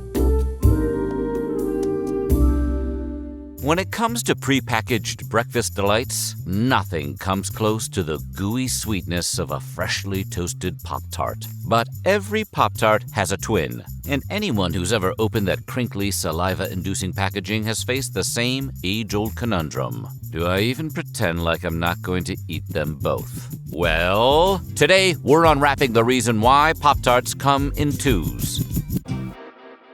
To toast or not to toast? Way back in the early 1960s, cereal manufacturer Post went on a premature victory tour. They'd invented Gainsburgers, an all-new semi-moist dog food, which was capable of being stored at room temperature. They soon realized, however, that their innovation could revolutionize far more than the pet food industry alone. For the first time ever, they could make fruit fillings that did not require refrigeration. It didn't take long for them to concoct their first new breakfast item to make use of this technology. They called their invention the Country Square, and they announced their upcoming product loudly and proudly. What followed was was a media frenzy, and Post knew they had to get their product just right if they wanted to cash in on the hype. Unbeknownst to Post, though, while they got busy perfecting their new recipe, an old rival was watching from the wings. Kellogg saw Country Squares and thought they could do it better, which is industry speak for they decided to steal it. So they hired former Keebler plant manager Bill Post in order to rush the development of their very own Country Squares competitor. With Bill's prior experience baking giant sheets of dough, he was just the man for figuring out how to make these fruit-filled pockets stick together. At first, they called these new breakfast delicacies fruit scones. Not a terrible name if you intend to sell it exclusively to the elderly, but luckily some came up with a far catchier and more exciting name. As a pun on the popular 1960s pop art movement, which made famous the likes of Andy Warhol and Roy Lichtenstein, and inspired by the pastry's novel use of the toaster, which up until that point had almost solely been reserved for bread, fruit scones were renamed Pop Tarts, and the world would never be the same. Just 4 months after Kellogg's had hired Post, the man, and just 6 months after Post, the company, had announced its still forthcoming Country Squares, Pop-Tarts were ready to sweep the mistake on the lake off its feet. In September of 1964, Kellogg's tried Pop-Tarts out in test markets around the Cleveland area. They sent them out with a stern admonition to store managers, stating that in no way should Pop-Tarts be sold as a substitute for cereal. While Kellogg's hoped their new brainchild would find success, they wanted it to be thought of as a separate product and avoid stepping on Tony the Tiger's toes. Kellogg's could not hold back the coming breakfast time revolution, though, and these initial Pop-Tarts flew off their Cleveland store shelves faster than that strawberry filling burns the roof of your mouth. Kellogg's knew right away that they had a hit on their hands. Due to the product's unexpected success, the company likewise decided to up their production plans, increasing their planned 10,000 case supply to a whopping 45,000 cases for Pop-Tart's coming national debut. And in 1965, Pop-Tarts made their big splash in 4 distinct icingless flavors: blueberry, strawberry, brown sugar cinnamon, and the now defunct apple currant. These original Pop-Tarts had a diagonal perforation that cut straight from corner to corner, indicating that they were meant to be cut in half. Yeah, sure, buddy. Whatever you say. They also, from the start, came in pairs. Apparently, the reason for this was twofold. By packing Pop-Tarts in pairs, Kellogg's could not only cut back on packaging costs, but they could also tempt customers into eating 2 Pop-Tarts in one sitting, at once increasing consumption and bringing in more dough. Within their first 2 weeks on the U.S. market, Pop-Tart's whopping 45,000 case supply had sold out entirely. Even with its test market success, Kellogg's couldn't have predicted just how fast consumers would buy up their new product, and they thereafter ended up issuing an "Oops, we goofed" magazine advertisement, apologizing for the short supply. Naturally, this ad generated more buzz for the all-new elusive product, and people were clamoring for Pop-Tart's triumphant return. Meanwhile, Country Squares finally came out to abysmal sales. In an attempt to save their product, Post quickly renamed Country Squares to the copycat Toast-'em Pop-Ups, which never quite caught on the same way. Although they do still exist and are now made by the Schulz & Birch Biscuit Company. As a testament to Pop-Tart's enduring popularity, on May 3rd of 2024, all of these events will be dramatized in Jerry Seinfeld's Netflix film Unfrosted, The Pop-Tart Story. While it's hard to imagine a world in which Pop-Tarts come naked, Kellogg's didn't start topping their sweet treats with icing until 1967. Then, the very next year, they also made use of their first ever sprinkles. These changes only stoked more hype for the growing toaster-based superstar. And soon after, Kellogg's knew Pop-Tarts had to have a face, one with eyes and not just icing. In 1971, they introduced not only their doomed Presto Pizza lineup of pizza-flavored Pop-Tarts, but Milton the Toaster as well, Pop-Tart's first ever mascot. Voiced by the Patty Duke Show's William Shallert, Pop-Tarts finally referred to Milton as their spokes toaster. He'd enter people's kitchens, explain to them the nutritional value of Pop-Tarts, and try to sell salivating viewers at home his ever-growing Pop-Tarts lineup, which by 1973 had already come to include 19 different flavors, each sold by the half dozen. Milton caught on enough for Kellogg's to produce merchandise featuring the character, including Milton-shaped piggy banks and Milton-endowed mugs and plates, to a paint set produced in collaboration with the National Park Service. Unfortunately for Milton, though, his glory days would not last long. Pop-Tarts parted ways with him before the 70s were up. Maybe he started making too many demands? Still, Pop-Tarts moved on. In the 1980s, Pop-Tarts doubled their box size from the previous half-dozen pastries to a whopping 12 pastries. They soon started selling double-sized 24-packs as well, ensuring customers would never run out of their favorite flavors. Then, in 1994, finally acknowledging that the tiger's toes had been permanently stomped, Kellogg's came out with the first-ever Pop-Tarts cereal, Pop-Tarts Crunch. At the same time, Kellogg's came out with Pop-Tarts Minis, which were bite-sized versions of the pastry, sold in individual pouches. Both Pop-Tarts Crunch and Pop-Tarts Minis only lasted a year, though, before they too ultimately went the way of Milton the Spokes Toaster. Over the years, Pop-Tarts have come out with a seemingly endless supply of new and innovative flavors. The original strawberry, brown sugar cinnamon, and blueberry flavors are still among Pop-Tarts' biggest sellers. But other mainstays have come to include cherry, raspberry, wild berry, cookies and cream, s'mores, and chocolate fudge. Meanwhile, the discontinued Pop-Tarts list grows ever longer, with dearly missed fan-favorite flavors including red velvet, peanut butter, apple strudel, mint chocolate chip, and chocolate vanilla cream, along with an entire bygone lineup of wild flavors. Apparently they were too wild. Pop-Tarts has also regularly dabbled in seasonal flavors, with past fall flavors including pumpkin pie, Halloween chocolate fudge, and who could forget the ever-luxurious Spooky-licious. Similarly, past winter flavors have included both sugar cookie and gingerbread. Though both Pop-Tarts Minis and Pop-Tarts Crunch were gone by the mid-1990s, Pop-Tarts brought both ideas back in 2018 and 2019, respectively,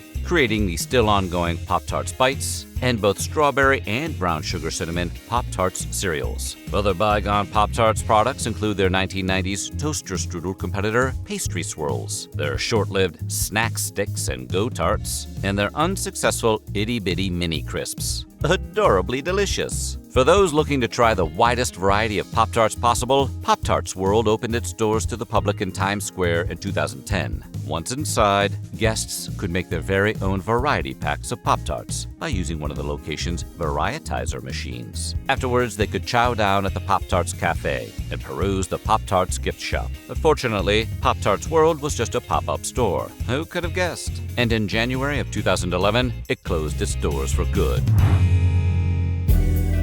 Back in 1993, a Washington Post expose revealed that, should a toaster fail to eject a strawberry Pop-Tart, the overheated pastry will eventually catch fire, shooting 3-foot flames into the surrounding kitchen. To some, this was a serious issue. According to investigator Don Dunphy with the Dover, Ohio Fire Department, it took only 5 minutes and 55 seconds for combustion, and, when compared to trials using off-brand tarts, nothing came close to the flames created by name-brand Pop-Tarts. Naturally, lawsuits quickly followed, and as a result, Pop-Tarts boxes still today carry a warning concerning the product's risk of catching fire. In the years since, Pop-Tarts has also come under scrutiny for failing to properly label potential allergens in their products. In 1995, for instance, 100,000 boxes of what was supposed to be their Smucker's Real Fruit Frosted Strawberry pastries accidentally contained chocolate fudge Pop-Tarts, forcing the FDA to stop in and force a recall. Pop-Tarts then blasted their way into the 21st century with the U.S. invasion of Afghanistan. At the war's start, the U.S. military airdropped 2.4 million Pop-Tarts into the country as a gesture of humanitarian aid.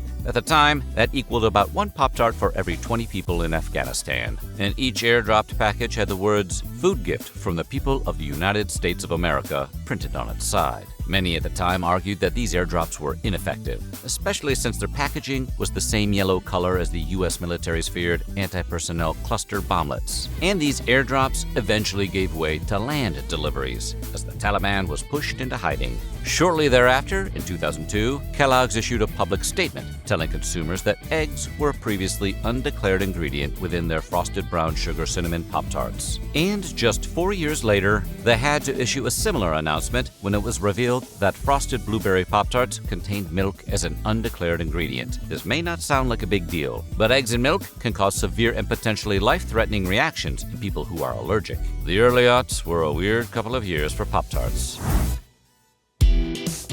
In 2004, Pop-Tarts began their Crazy Good campaign. which introduced their Crazy Good slogan, along with a bunch of deranged anthropomorphic Pop-Tart characters who all seem to really want to be eaten. The Crazy Good campaign continues on to this day, most recently culminating in the overhaul of what was originally the Sunshine Classic. In 2023, the Orlando, Florida College Bowl game officially became known as the Pop-Tarts Bowl. At the end of the first Pop-Tarts Bowl game, a giant Pop-Tart was sacrificed before the cheering crowd. The gleeful Pop-Tart, holding a "Dreams Really Do Come True" sign, was lowered into an equally giant toaster and then fed to the game's Kansas State victors. It was a bit Indiana Jones and the Temple of Food. Meanwhile, Milton, the washed-up former spokes toaster, re-emerged with his very own throwback Funko Pop in 2020. Today, around 3 billion Pop-Tarts are sold every year. Though Pop-Tarts revolutionized the way Americans view their toasters, leading to the creation of, among other things, toaster-cooked waffles, hash browns, and asparagus, surveys show that only about half of these 3 billion Pop-Tarts ever get toasted. The rest are eaten raw. Kellogg's has likewise seen a year-over-year increase in Pop-Tart sales every year since 1982. Geez, why hasn't Gordon Gekko gotten in on that yet? But despite so many years of success and innovation, the best-selling Pop-Tart flavors remain two from the original lineup: strawberry and brown sugar cinnamon. Milton would be proud. Every year, Girl Scouts put down the crafts and camp stoves and set up shop in grocery store parking lots across America to sling Thin Mints, Tagalongs, Trefoils, Samoas, and Lemon Ups, just as they have for the past 100 years. Whether you buy 1 box or 12, everyone's got a favorite cookie, and every cookie sold makes the Girl Scouts grow stronger. But how did this whole cookie thing get started? Today, we're taking a brownie-sized bite out of the history of Girl Scout cookies. All right, Scouts, time to earn our weird history badge.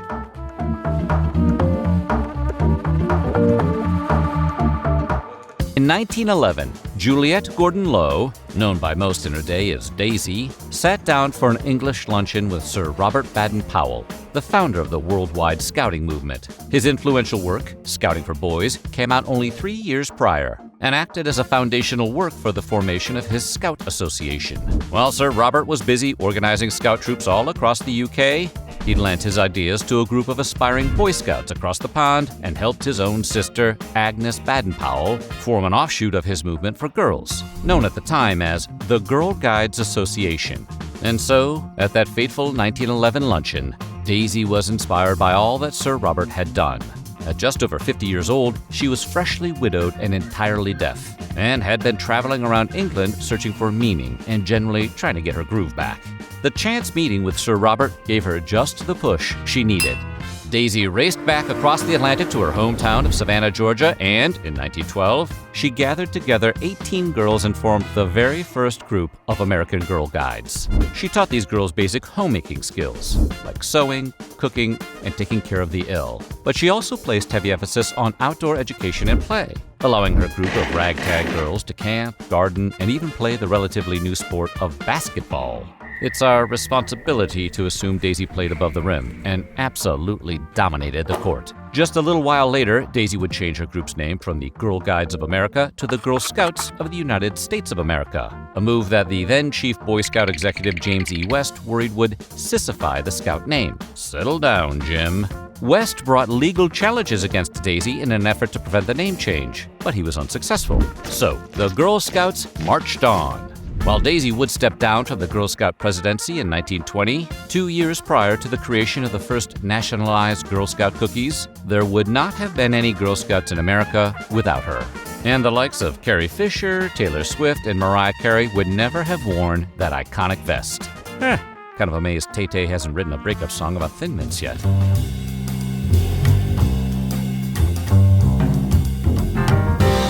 The first known Girl Scout cookies were baked and sold by the Mistletoe Troop in the Muskogee, Oklahoma High School cafeteria in 1917. While others may have baked cookies for fundraising in the years that followed, it wasn't until 1922 that the first ever National Girl Scout cookie recipe went to press. Tragically, it wasn't for Samoas. That year, in the July issue of the American Girl magazine, Chicago-based Girl Scouts director Florence E. Neal wrote an article detailing how to bake and sell cost-efficient sugar cookies to help raise money. she included a recipe with her article, which called for just a cup of butter, sugar, eggs, vanilla, milk, and flour, all of which Neal claimed could be bought for about 30 cents. Those 30 cents could yield about 7 dozen of her cookies, though, and so Neal suggested selling those cookies for about 25 to 30 cents per dozen, allowing for anywhere between $1.50 and $2 in profits from every batch. Over the decade that followed, baking and selling cookies became a primary mode of fundraising for individual Girl Scout troops across America. And as this trend became ever more popular, the National Girl Scout Council took note. In 1933, the first ever official Girl Scout cookie sale was held in Philadelphia. They sold boxes of 44 cookies for 23 cents a pop, or 6 boxes for $1.24. The sale was so successful that in the following year, the Girl Scouts of Greater Philadelphia contracted a commercial baker to do their dirty work for them. They soon flooded the streets of Philly with Girl Scout cookies galore, coordinating with local gas and electric utility companies to showcase their cookie lineup in windows across the city. Just 2 years after that, in an effort to standardize their cookie recipes across the country, the Girl Scouts Council licensed their first ever industrial bakery. They began selling these mass-produced cookies through 125 local chapters, and a veritable army of cookie-wielding scouts set out to conquer America. And in 1939, the Thin Mint was baked. Sort of.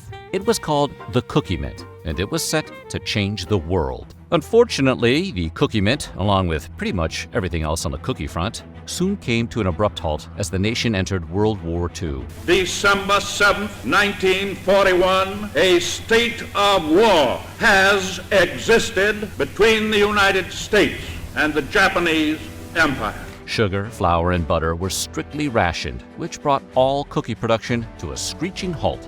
For a time, the Girl Scouts were reduced to selling calendars depicting various scenes of homespun Americana. But everyone agreed the calendars did not taste as good. But when the war ended, the cookies made their triumphant return. And by the end of the 1940s, the Girl Scouts got back on track.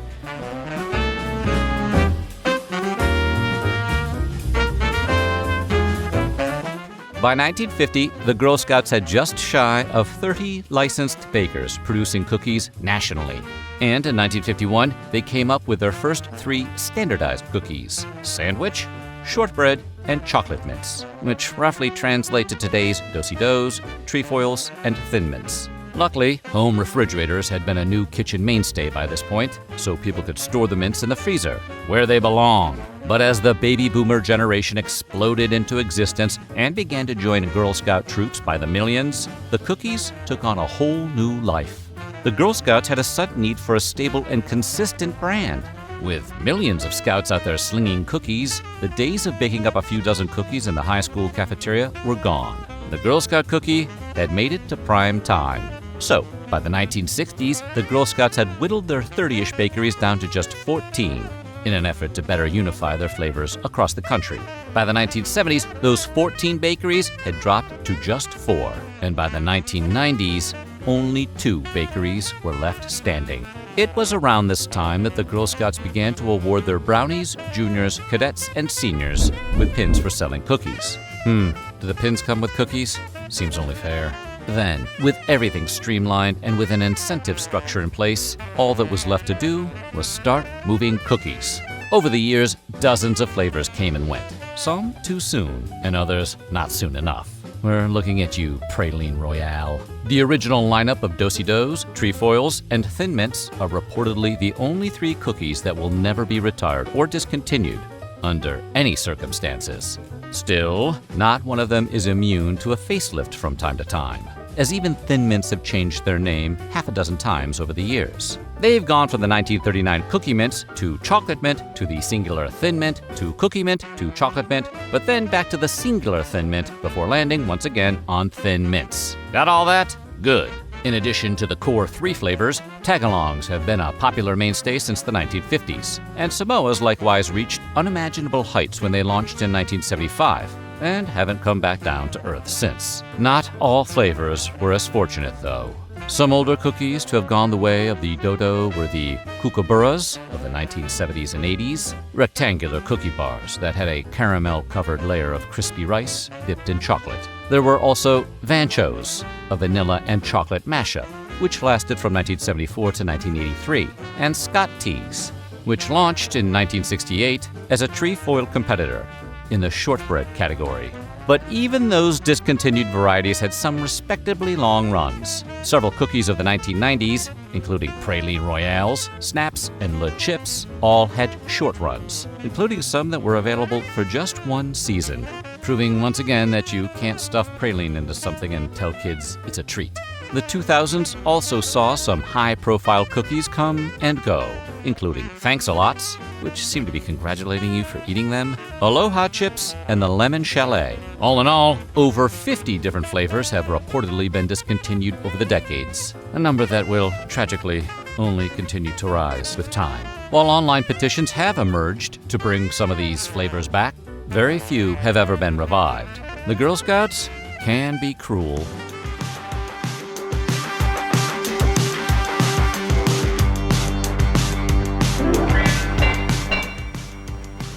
The cookies are here! Today, the Girl Scouts still rely on just two bakers to fulfill all their cookie needs: ABC bakers and Little Brownie bakers. Each baker supplies different regions of the country with cookies. They create their own unique flavors of cookie each year, but both bakers are also responsible for making the 4 universal Girl Scout cookies: Thin Mints, Samoas, Tagalongs, and Do-si-dos. However, when producing these 4 cookies, the 2 bakers call the same products by different names. While Little Brownie Bakers makes Samoas, ABC Bakers makes Caramel Delights, presumably because they're big fans of Groove is in the Heart. Meanwhile, Little Brownie whips up batches of Tagalongs, while ABC cooks up peanut butter patties. It's confusingly delicious. If the name is a no-frills description of the cookie, like peanut butter patties, it probably came from ABC. If it's named like a luxury car, like a Do-si-do or a trefoil, it's probably from Little Brownie. But Thin Mints are Thin Mints no matter where they're made. And they likewise remain the most popular Girl Scout cookie today, comprising about a quarter of all Girl Scout cookie sales. When production is in full swing, the bakers cook out over 4.5 million Thin Mints every single day. That's a lot of freezer space. Coming in just behind Thin Mints are Samoas, taking in about a fifth of all sales. Despite being the obviously superior cookie, their popularity has caused Keebler, the parent company of Little Brownie Bakers, to make their very own year-round Samoa knockoff, Coconut Dreams. Those tree-dwelling elves will steal anything that ain't bolted down. With both Thin Mints and Samoas making up almost half of all Girl Scout cookie sales, it's no surprise that they briefly got their own cereal flavors in 2017, but they were discontinued the following year.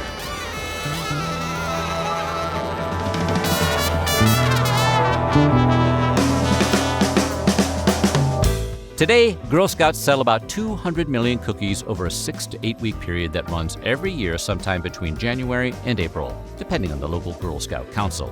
During that period, they collectively rake in about $800 million. Thanks a lot, cookies. No, not those. Never those. After paying about $200 million of that to cover the cost of production, Girl Scout troops are left with $600 million in profits, all of which stays local to the troops, and none of which goes to the National Girl Scout Organization. With that money, the troops maintain their camps and properties, fund their outdoor trips, participate in community building projects, and help girls to develop skills in entrepreneurship and STEM. So the next time you pass by a pig-tailed Thin Mint peddler in the Kroger parking lot, don't avoid eye contact. Oh, and get us a couple boxes of Samoas while you're there. Capri Sun has been a staple in school lunches for decades, thanks to its iconic pouch design. But the fruit-flavored drink isn't as wholesome as you might think. It's been the subject of several unhealthy, disgusting, and potentially lethal controversies over the years. Not the least of which being, why does it take an industrial-grade hole punch to get through the package? So today, we're answering the impenetrable question, why are Capri Suns so hard to open? Hopefully, you didn't get one without a straw. To truly understand Capri Sun, we need to look beyond its sleek yet confusing packaging, because it's what's on the inside that counts. So what is on the inside? Is it mold? Dangerous chemicals? Actually, it might be, but we'll touch on that later. Capri Sun is a juice concentrate-based beverage. This basically means it's juice that's been run through a filtration process that removes the water and creates an extra sweet syrup.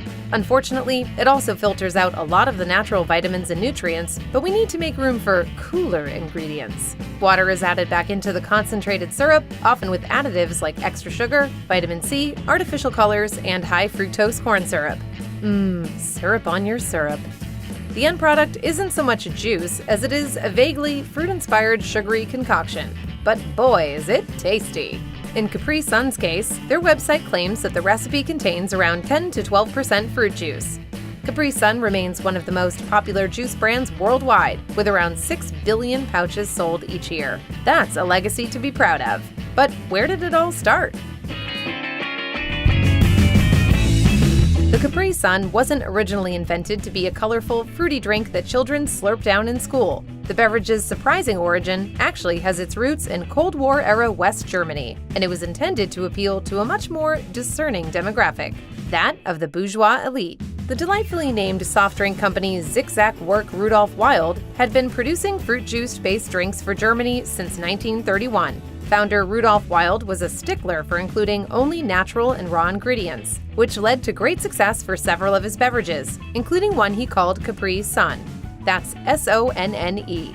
Capri Sun was named for the Italian island of Capri, which was a popular tourist destination that brought to mind images of lavish vacations, fashionable pants, and general extravagance. It was a word many companies were adopting around the time to make their products seem more upscale. And sun? Well, that's just the German word for sun. Bouginess achieved. The drink only came in 2 flavors, lemon and orange. And yet, despite its limited flavor profiles, Capri Sun was immediately popular when it hit the German market in 1969. And in 1973, after Wild Suns joined the family business, Capri Sun was ready to step out onto the global stage. A 1979 advertising campaign saw famed boxing legend Muhammad Ali endorse the drink with a short but simple message. When you see these in your countries, in your stores, go buy it because it is the greatest like me of all time. It began with a trek through Europe, but by 1980, Capri Sun was also available in Africa and Asia. It came to North America in 1982 thanks to a licensing deal with Shasta Beverages, which paid Wild for the rights to produce and sell the drink under its newly Americanized name, Capri Sun. That's S-U-N. Finally. From there, Capri Sun expanded its flavor options to include apple and fruit punch, along with the original lemon and orange. All of these were beloved by more than just the upper-class audience Wild was initially trying to court. Because who doesn't love a fashionable juice box? In America, Shasta marketed the drink to kids with ads in children's magazines. The unique packaging also helped it stand out from other similar drinks on the market. Tetra Brink, or your standard juice box packaging, had not yet taken hold in the United States. Juice was typically sold in large 46-ounce cans, so the single-serving stand-up pouches were a fun and flexible novelty. In 1985, Shasta Beverages was sold to the National Beverage Corporation, which established Capri Sun Incorporated to better focus on the growing brand. Then, in 1991, Kraft Foods bought out Capri Sun Incorporated. Kraft aggressively ramped up its marketing efforts, using beach and sports imagery in advertising until 1994, when Lunchables added Capri Sun to its prepackaged meal kits, forever linking the drink with children's school lunches. By the end of that year, Capri Sun was a leading brand in Europe and America, and in 2004, it sold over 5 billion pouches worldwide. Those pouches are undeniably cool, and undeniably a factor in Capri Sun's success. But why was it sold in pouches in the first place?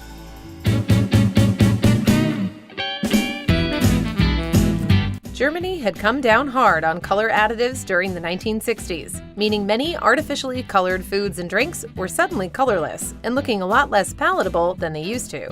Initially, that's why Capri Sun is clear to this day. This led some companies to pivot to opaque packaging to conceal their dingy colors. Wild went a step further, looking to make Capri Sun stand out among a sea of cans and colored bottles. They partnered with Timonier, a French sewing machine company that had patented a design for a drinking pouch as well as the specialized machines to do the job. Rather than obtaining the exclusive rights to the patent, Wild simply bought all of Timonier's machines. That's one way to do it. Unfortunately, it wasn't exactly smooth sailing for the original designs, which resulted in some spoilage issues early on. But Wild persevered, and Capri Sun debuted in 1969 in its iconic laminate foil pouch made of aluminum and polyethylene. It was supposed to be flashy, flexible, and flimsy enough to be poked with a plastic straw, while still avoiding leaks. Of course, anyone who's ever tried to drink a Capri Sun knows that it's practically bulletproof. So, Wild failed in at least one of those goals. Surprisingly, aside from the graphics on the outside, Capri Sun's pouch packaging has remained largely the same since 1969. But over the years, there have been some slight tweaks. In 2007, Europe received a larger pouch with a resealable cap. Between 2014 and 2022, they incorporated a see-through bottom for reasons that will become clear later on. In 2021, Capri Sun's single-use plastic straws were swapped for recyclable paper ones in several countries, meaning millions of kids today are playing on hard mode when they try to pierce their lunchtime refreshments. And finally, in 2024, 96-ounce bottles were added to the product lineup for people who are really hankering for a sugar hangover. Oh, and speaking of sugar hangovers,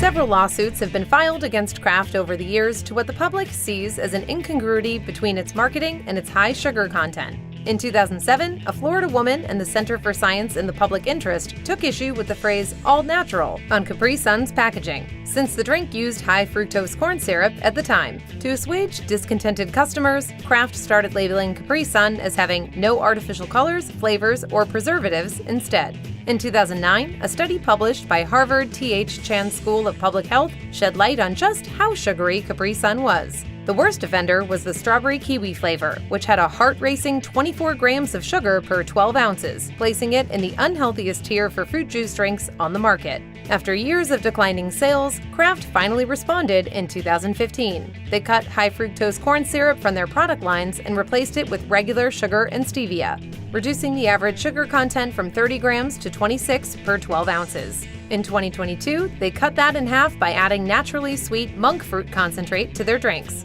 Today, even with Capri Sun's sugar reduction efforts, one pouch is packed full of around 13 to 16 grams depending on the flavor. For reference, you could drink 2 similarly sized Kool-Aid jammers for that same amount of sugar or less. And the Kool-Aid Man isn't even pretending to be real juice. The Kool-Aid Man would never lie to us.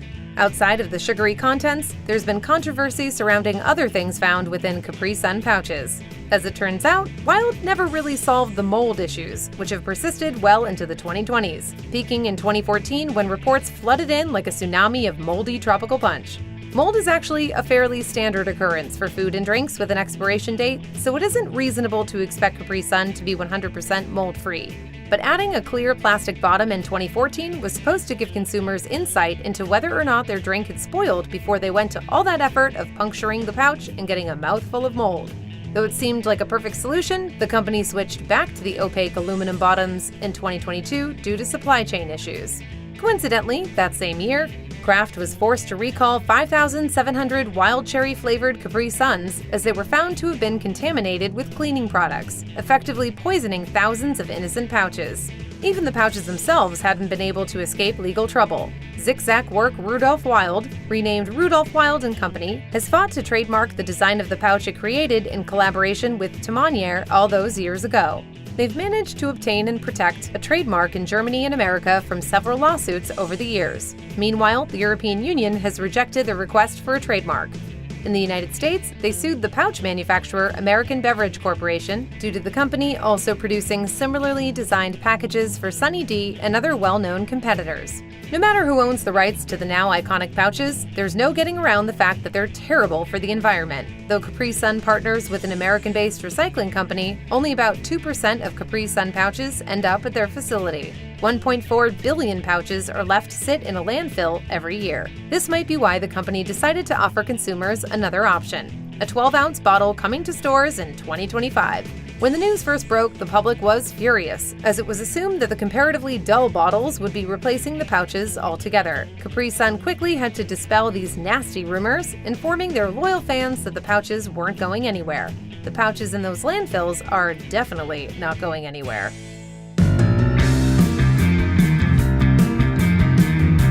The company's spokesperson was right. Whether in bottle or pouch form, Capri Sun really doesn't appear to be going anywhere. It's still a popular choice for school lunches, especially because there are more delicious flavors than ever to choose from. In 2007, alongside the introduction of the larger, resealable pouches, Europe was graced with orange peach and wild berry flavors. Today, the United Kingdom has a blackcurrant option.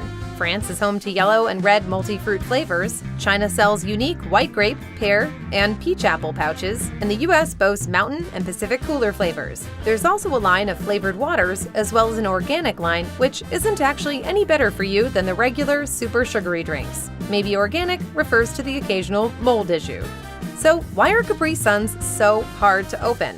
Long story short, because the drink's creators wanted to give it unique, leak-proof packaging to help it stand out on crowded store shelves. But the pouch material is so leak-proof it needs to be pierced with a blowtorch before you can take a sip. But that doesn't really seem to bother anyone. The difficult-to-open packaging has become less of a nuisance and more of an integral part of Capri Sun's brand identity. It's a childhood rite of passage, like losing your glasses on a roller coaster. If you're lucky enough to find a Capri Sun in your lunchbox, you have to endure a small hero's trial before receiving a delicious reward. Hopefully, that reward hasn't been tainted with cleaning solution.